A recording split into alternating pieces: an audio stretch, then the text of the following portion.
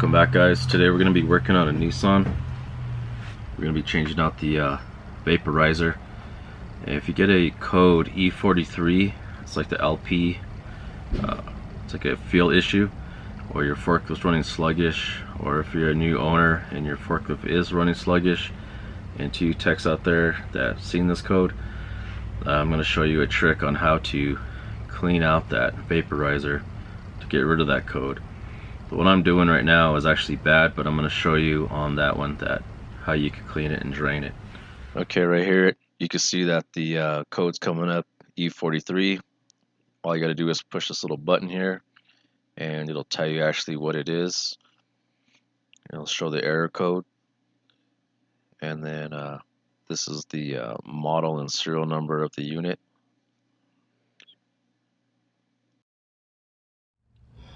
Alright, there's your part number for your vaporizer.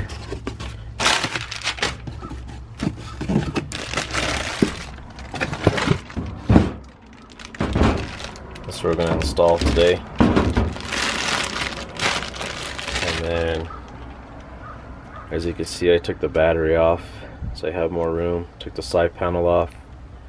And this is on a Nissan Forklift, so let's get started.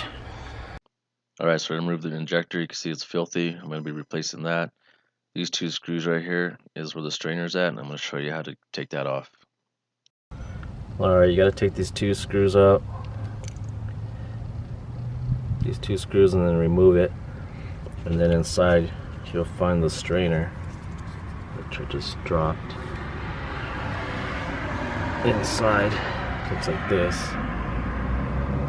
This one was pretty dirty. I just used some brake cleaner to clean it out with. Ain't gonna hurt nothing. But if you can't get these screws out, because some people strip them out before you get to them, just use a pair of vice grips to get the screw. Usually the bottom one comes out pretty easy. It's the top one that gets screwed up because they try to over torque it. But what I'm gonna do now is I'm gonna take a rag with some brake cleaner and clean inside there, get all that black soot stuff out, because that's where the injector goes. In fact, I'm going to replace this one because this one's no good anyway. Make sure when you put this back together, you put this snap ring on the back side, not the front. That's what holds it in place. Alright guys, there's a new vaporizer. It's running and working good. Put the new injector on, cleaned out the strainer. No more codes, so that's a good thing. Also changed out this micro switch here because it was broken. There's a part number for the injector if you guys ever need it. The little micro switch I was showing you that was broken.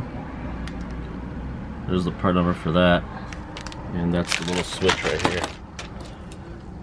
This is a new one. This one isn't broken. Alright, so I took this regulator off the Nissan that I did in Colorado. You guys saw me swap it out for a new one. So sometimes when you get an E-43 code, that means the regulator's filthy, the screen's filthy, or your injector's bad. So what you could do too, if you're a private owner or you're in the middle of nowhere and you don't have the vaporizer because they're expensive, this is a 12mm.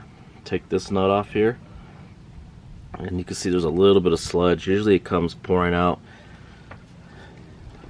And then this nut up here, you can take this off. It's a port for pressure. You could pop this off. And what you could also do too is get some rubbing alcohol, dilute it, pour it into this hole right here, into this port, and then blow a little bit of air, not too much, just blow enough, and what it'll do is it'll flush all the liquid from the propane that they put in there. The black stuff that comes out of here when you drain it, it's from the propane when they put the smell. So when you smell propane, because propane you actually don't smell it, so that liquid they put in there to make it smell is what causes the issue for an E-43. If you clean it and you clean your injector, this is your injector here. If you clean it all out, clean the screen like I showed you, and drain this, it may go away. If it comes back, it's best just to change the regulator and the injector together, because the code may come back if you just change one or the other.